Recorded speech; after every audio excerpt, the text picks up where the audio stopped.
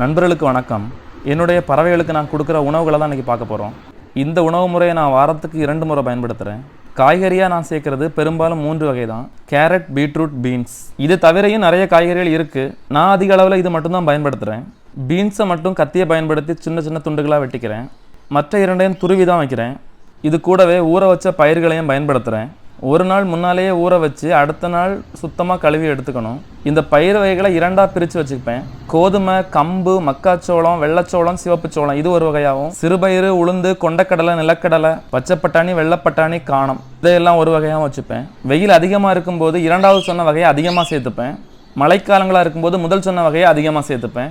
இந்த முறையில் தான் தொடர்ந்து பயன்படுத்துகிறேன். கீரை வகைகள்லாம் நான் பயன்படுத்துறது கண்டிப்பாக வெயில் காலத்தில் மட்டும்தான். மழைக்காலத்தில் பயன்படுத்தவே மாட்டேன். கீரைகள்லாம் முருங்கைக்கீரை சொந்தமாக இருக்கிறதுனால நான் அதிகமாக அதை பயன்படுத்துகிறேன். தகவல் பிடித்திருந்தால் உங்கள் விருப்பத்தை தெரிவிங்க. காணொலியை பார்க்க எப்பவும் தொடர்பில் இருங்க. இவன் அன்புடன் ஆனந்த்.